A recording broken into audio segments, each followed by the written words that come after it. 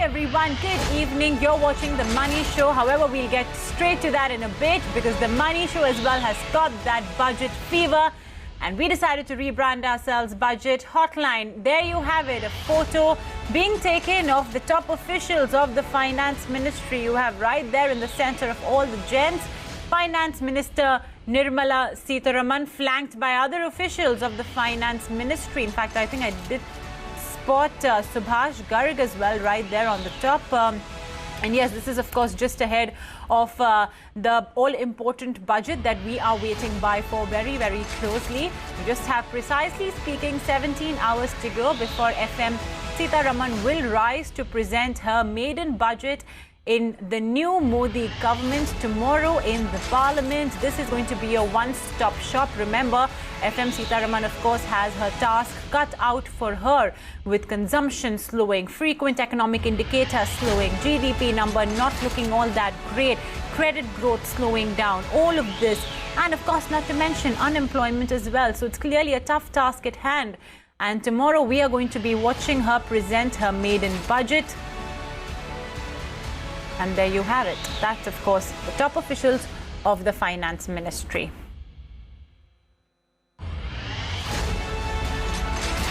Like I said, we just have a couple of hours more to go, 17 hours precisely speaking. So let's straight get away and talk about the budget chatter. Lots of expectations, lots of estimations as well by market experts throughout. For now, let's just set the context of when Nirmala Sitharaman is essentially presenting her budget. Let's take stock of the macros at this juncture. We have with us Poonam Sahni for a detailed wrap of just that. Hi, Poonam. The first thing, of course, from the budget would be the entire fiscal consolidation path, and would the government, in fact, stick to 3.4% target, or would there be a minor slippage? Look at the consolidated fiscal deficit. We are, of course, seeing a high consolidated fiscal deficit so far, and even the state deficits have been rising, so the need to constrain on that. Having said that, if you look at the overall revenue projections, so far during the interim budget as well, the tax revenue, of course, has dipped sharply, especially the GST revenue right there. We are seeing a fairly lower than expected GST collections, and there's very limited room in order to propel the overall direct taxes. And if you look at the entire chart, the direct taxes projection even for FY20 seem to be far higher. So there is very limited room in terms of those revenue projections, and the more realistic they are, that would mean a more credible budget.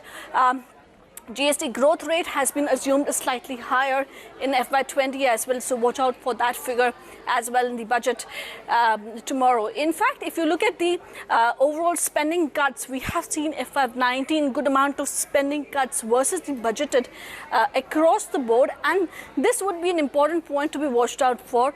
Will the FM go ahead and cut down on the revenue expenditure, or would we constrain the capex spending? That would be fairly important. And besides that, what are the really sources that probably government can rely on? It could be higher non-tax revenue stream, be it telecom spectrum, RBI dividend, RBI excess reserves. We already know there is a limited possibility to get that right now in terms of the government kitty. And also, of course, good amount of some of the economists, for instance, Kotak, does estimate that probably government could garner a huge amount of money via PSU divestments as well as PSU stake sales, and that money is projected at 12 lakh crore according to Kotak estimates, and 77,000 odd crore just from the stake sale that the government has in Axis, ITC, L&T, etc. Having said that, of course, the divestment target has been so far kept realistic. Will the government meet or not? That would be an important part. The fiscal spending has also been taken in terms of a huge amount of fiscal deficit funding has been reliant on national savings, and hence this also poses monetary transmission challenge. This would be an important factor. Huge amount of reliance has also been in terms of off-budget financing.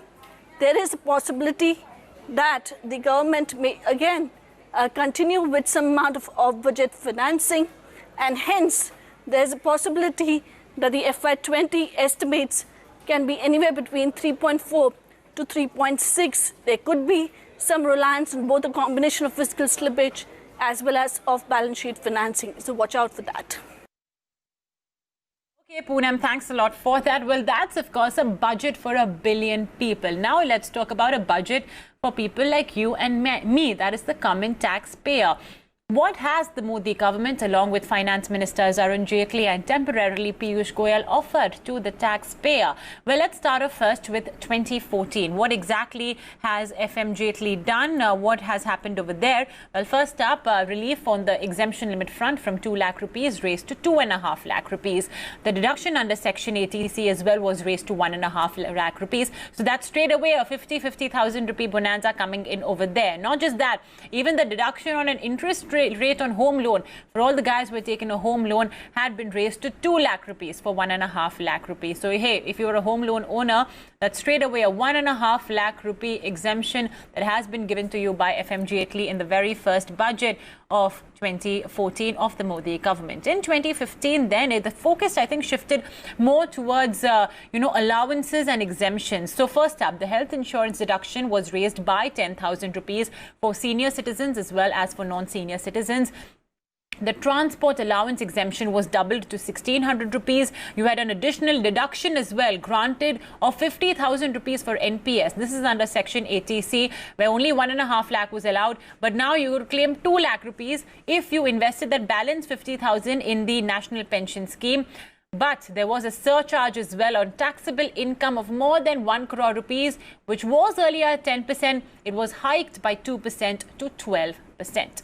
Budget 2016 as well brought about its fair share of happy times for, the tax holders, not so much so once again for the super rich. So, yes, we had the 87A rebate that was increased to 5,000 rupees. It's almost like a discount basically offered to the taxpayer. There's the deduction on rent paid hiked all the way from 24,000 to 60,000 rupees. This was a very big one. The NPS withdrawal as well became exempt to the extent of 40%. Remember, it's exempt when you make the payment, it's exempt when you earn the interest, but withdrawal time, you do have to pay tax. Home loans, by the way, of up to 35 lakh rupees were given an additional benefit of 50,000. This was essentially to push forward the whole affordable housing bit that was, PM Modi's pet project. However, once again, taxable income of more than 1 crore, and now the surcharge has been hiked to 15%. Like I said, not so much in terms of goodies for the super rich. Budget 2017. And again, a bonanza for everybody. The 2.5 to 5 lakh slab tax rate was cut from 10% to 5%. So that's 12,500 rupees saving coming in for everybody earning more than 5 lakh rupees. There was that rebate as well allowed of 2,500 rupees if your salary income is between 2.5 to 3.5 lakh rupees. So that's again a push for, the middle income or the lower middle income class. Then the 10% surcharge for individuals with income between 50 lakh and 1 crore rupees. And then there was a maximum penalty of 10,000 rupees for delay in filing their income tax return. Budget 2018 and standard deduction is back for salaried people. It's flat 40,000 rupees, and that replaces medical and conveyance reimbursement. Cess, by the way, was hiked by about 1% to 4%. And then the dreaded long-term capital gain tax made its entry into everyone's portfolios. If you earn an LTCG of more than 1 lakh rupees, 10% will have to be paid to the government. And in interim budget 2019, finally, a full rebate on tax for income up to 5 lakh rupees. If your income is 5 lakh rupees, or for that matter, even 7 lakh rupees, and you've taken that 2 lakh rupee deduction, you get a full rebate. You do not have to pay any taxes.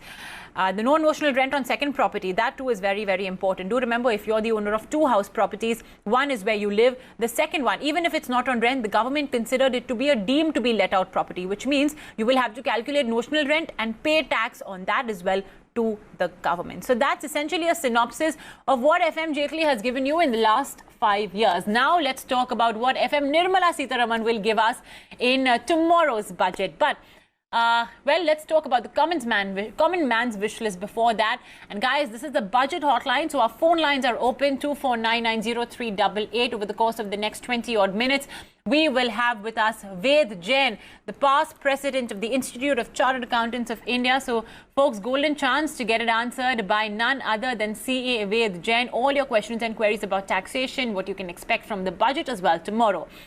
Mr. Jain, thank you so much for joining in.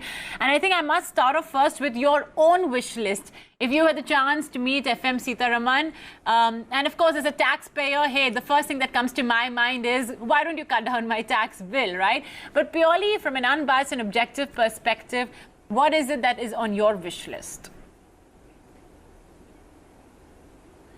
My wish list is what is country's taxpayers pay list, wish list. You see, the finance minister, while presenting the interim budget, the then finance minister, Mr. Piyush Goyal, has exempted income up to rupees 5 lakhs with no tax benefit to taxpayers having income above rupees 5 lakhs. So my first wish list is to give concession to those who are falling in the tax bracket between 5 to 10 lakh rupees. The tax rate is 5% up to 2 lakh to 50,000 to 5 lakh rupees. And thereafter, straight away, it goes to 20%. So my first list is that from 5 to 8 lakh, the tax rate should be 10%, and from 8 to 15 lakh, the tax rate should be 20%, and beyond 15 lakh, the tax rate should be 30%. So that's my first list for the personal taxation. Another is ATC, which was increased long time 2014 from 1 lakh to 1 lakh 50,000. Looking to the inflation, the same should be increased to rupees 2 lakh. Third, housing for all, that's a dream project of the Honorable Prime Minister. And considering that the concession which is given for the interest on the housing loan, which was increased from 1 lakh 50,000 to 2 lakh rupees, should at least be increased to rupees 3 lakh. These are the three important changes which are required on personal taxation.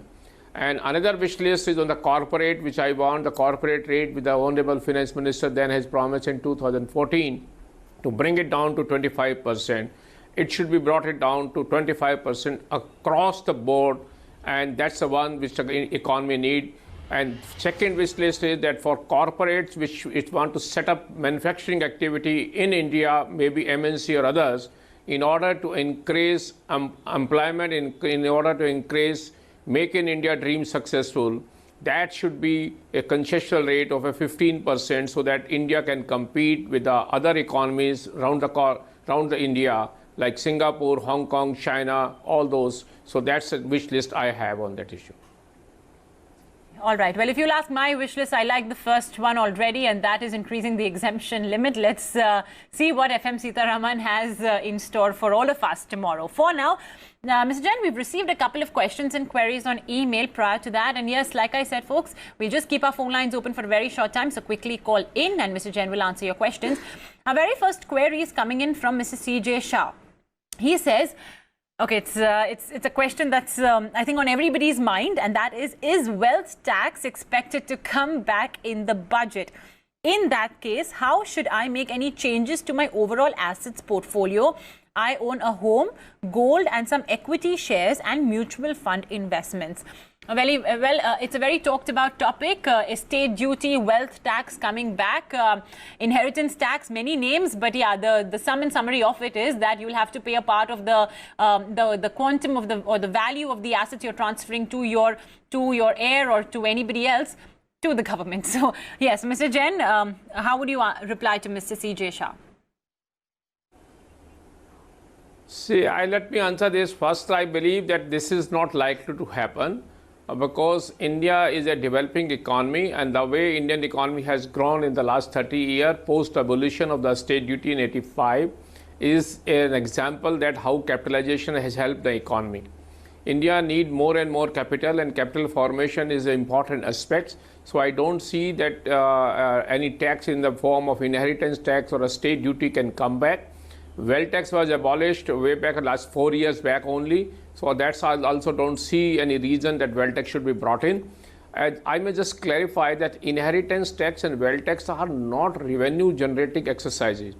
These taxes were introduced as a socialistic pattern which India has followed post its independence. Thereafter, there was a realization that it is hampering the growth of the economy. It is hampering capital formation, which a developing nation needs. So I don't think that inheritance tax or a state duty can come up. Now, answering the second question, hypothetically, in case it is introduced, then you cannot take any preemptive measures to avoid the taxes. The tax administration and the legislature will take care of all possible avenue in case it intends to tax that a state or inheritance will bring inheritance tax wherever there is a possibility of evasion. So whatever you want to do, that will not be allowed in case the legislation comes, because it will be a comprehensive legislation unless the legislation itself states that it want to impose tax on non-productive assets. But the challenge in the non-productive assets is from where the money will come to pay those taxes. So my first answer there, as I said, is I don't anticipate that this type of tax can be introduced, that too at this stage of the Indian economy. Hope that there is no such introduction of the wealth tax, which was brought about, just a little while after independence. It's been subsequently eliminated from our income tax laws. Okay, next up, Kavya Sharma has said, I am 59 years old and have subscribed to the NPS or National Pension Scheme. In the upcoming budget, we could see more income tax relief on NPS withdrawal. Can you tell me what this would mean for my investment in NPS? Mr. Jain, like I was flagging off earlier, I think up to 60% of the withdrawal, 40 or 60% of the withdrawal at the time of retirement is exempt. But that means you still have to pay tax on the balance. But yeah, if we're looking at 100% relief on NPS withdrawal, what would it mean for, folks like Kavya? See, the question of NPS should be looked into from the purpose for which it has been introduced. NPS is a national pension scheme which intends to provide you continuity of the pension. So the basic thrust is that post-retirement, you should be able to meet your expenditure by the withdrawal with the pension which you are getting it. So that's why the objective is that a partial withdrawal is allowed, not that entire money withdrawal is allowed. So I don't anticipate that any change is likely to happen in this budget. The status quo of 60% withdrawal being exempt and the balance being taxable, that will continue. I do not foresee for that purpose, because the whole objective is to provide your retirement benefit. And in case you are allowed to withdraw entire money in the as a tax-free, the whole purpose get defeated. That everybody will withdraw the entire money, and from where the retirement benefit will come as a pension every month thereafter. That, of course, is the word coming in then on National Pension Scheme. Okay, Sanjay, 36-year-old Sanjay has sent in a question. He says, I'm currently working for an MNC and under Section 80C, which will be the most efficient investment tax-saving avenue to use. All right, 36, so he's fairly young and he's working for an MNC, which means he's salaried. Mr. Jain, what would you recommend he use? See, 80C is a bouquet which is available where you can pick and choose whatever suits you according to your circumstances. Normal way is when you are young, then you want a long-term saving because you have because the issue is that if in case you want a more tax efficiency, I believe the public provident fund is the best, where you get deduction of the investment you make, you get deduction of the interest which you are earning, and when you get back that money, that is also exempt. So the best possible model is the 80C. But in addition thereto, there are other avenues. In case you are intending to buy a house, then that can also be a good idea, because the installment which you pay after getting the house, that's also exempt. Interest which you pay on housing loan, that can also be included in case you are not willing to take that benefit of Section 24B also. So in case you want a complete tax efficiency looking to your age, my suggestion will be public provident fund will be the best objective where you can do it. All right, PPF, that is one of the most favored as well investments that usually salaried employees and individuals tend to make under Section 80C. A very popular and a very easy method as well. All right, we have the next question from Omkar. He says, I'm 33 years old, currently making investments under Section 80C. Should I also take advantage of subscribing via NPS because it provides me another 50,000 rupee buffer? Unfortunately, he's not mentioned what his income amount or anything like that is, because if his income amount is as much as is being covered, or rather after exemption of 80C, or rather after deduction of 80C, he's coming under taxable limits, we would have been able to make a more prudent call, take a more prudent call. But anyway, let's assume that it's not being covered. Mr. Jain, what would you recommend? Should he go ahead with NPS, or do you think that instrument still falls short in many ways? Obviously, this 50,000 is an additional exemption which is available beyond 1,50,000 rupees. In case he has an income chargeable to tax and he want to plan it out, then he need to contribute 50,000 rupees. And if his income falls in the tax bracket of 30%, it will be a net saving of 15,000 rupees on tax. And if it falls in a tax bracket of 20%, then it will be a net saving of 10,000 rupees. So there can't be second opinion on this issue, but this is an additional exemption which is available under NPS beyond 1,50,000 under Section 80C. So he need to go for this exemption in case he has sufficient cash flow or fund flow available to make such investment. Nod from Mr. Jain. Go ahead, subscribe for the National Pension Scheme. It's an additional 50,000 rupee bounty for you. Remember, it used to be only 1.5 lakh rupees that you're allowed to claim as a deduction under 8IC. But now, especially for folks who have income of more than 6.5 lakh rupees or, almost 7 lakh rupees, this 50,000 rupees is certainly a welcome introduction. Okay, we have Alka who has sent in her query. She says, I'm 35 years old and I am eligible for affordable housing. In the current tax scenario and the current tax setup, would it make more sense for me to buy or rent a property? Well, this question will need a lot more, information like which city, what is the rental price, what is the property value, so on and so forth. But yeah, I'm hoping, Mr. Jain, that you would still be able to help Alka out. I can give a simple answer. You have rightly pointed out you need more facts to reach to the exact number. But in any case, buying a house is always beneficial because what you are contributing, you are basically contributing by investment in the house. And at the same time, you are getting benefit on account of various exemptions available under the Act. One is 80C when you contribute, and also the interest which you get later on the housing loan you pay under Section 24B, etc. So, but when you pay rent, then the deduction is only on account of what we call the rent paid, which is 1013A. So that goes as part of the expenditure. So in case you are paying, say, rent of 10,000 rupees and you save 30% tax, you are saving 3,000 rupees. Still 7,000 rupees is going out of your pocket as an expenditure, which may not be taxed, but definitely it is moving out. As against this, when you contribute 10,000 rupees as your installment for the housing, so you may not be saving 3,000 rupee tax, you may be saving 1,000 or 2,000 rupees, looking to the exact number, or maybe 3,000 rupees. But 7,000 rupees balance or 8,000 rupees balance is not expenditure, but it is a investment which is going into the house to reduce your loan. So that's why it is more beneficial always to, I will see, subject to certain condition, to pay for installment, buy a house, rather than to pay rent for that purpose. Okay, that is the word then coming in from Mr. Jain. Venkat from Chennai is joining us now on the phone line. Hi Venkat, thanks for calling in. What's your question for Mr. Jain? Query regarding capital gains tax. Okay, and what exactly would you like to know about the capital? My query is this, is the capital gains tax payable immediately on the happening of the transaction, or I can pay it at the time of filing the returns? Okay, good point. Mr. Jain? No, capital gain tax is payable as an advance tax depending upon the time when the capital gain has accrued. In case it has accrued before 15 June, then you need to pay the capital gain tax in the 4 installments which are on 15 June, 15 September, 15 December and 15 March.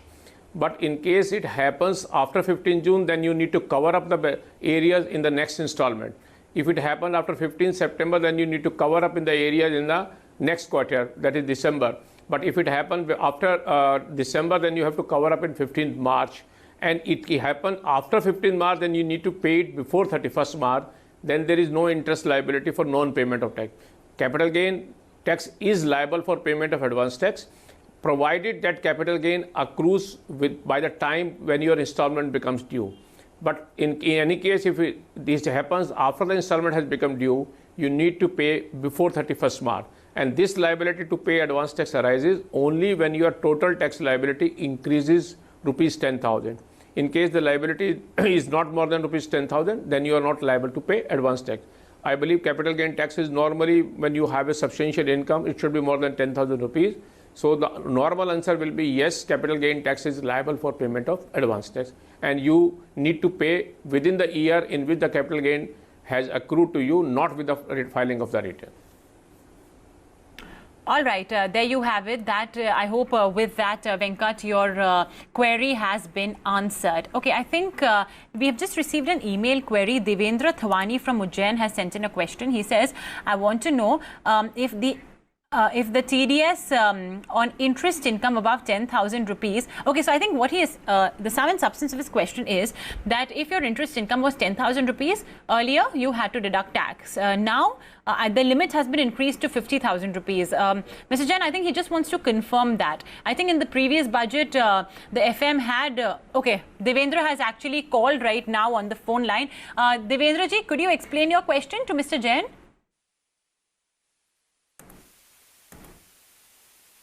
Do we have him on the phone line? Devendra, if you can hear me, can you explain what your question is with respect to TDS on interest income to Mr. Jain?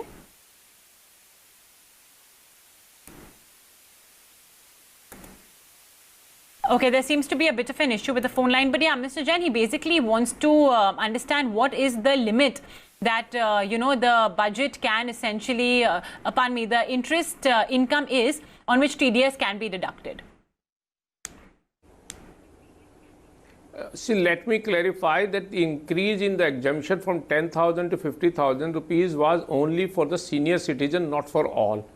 A new section was inserted for 80 TTA and not for all.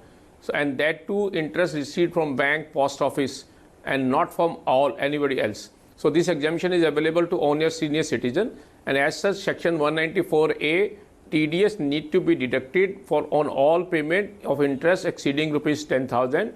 There is no change in that law. However, in the case of a senior citizen, because the exemption is up to 50,000 rupees under TTA, and in case a senior citizen is there, then he need to file form 15G or 15H with a bank so as to avoid payment of taxes, deduction of tax on that income of rupees 50,000. So otherwise it is not a case of exemption. See, exemption and deductions are two different issues. Income is exempt, but you have to see what is your overall income. So you can file this exemption 15G and 15H only when your income is not chargeable to tax. Okay, it's only valid for senior citizens. I hope all our viewers have taken note of that. Okay, phone lines are still ringing. Let's take the next question from Hasmukh Desai. He is calling in now. Yes, Mr. Desai, thank you for calling in. What's your question for Mr. Jain?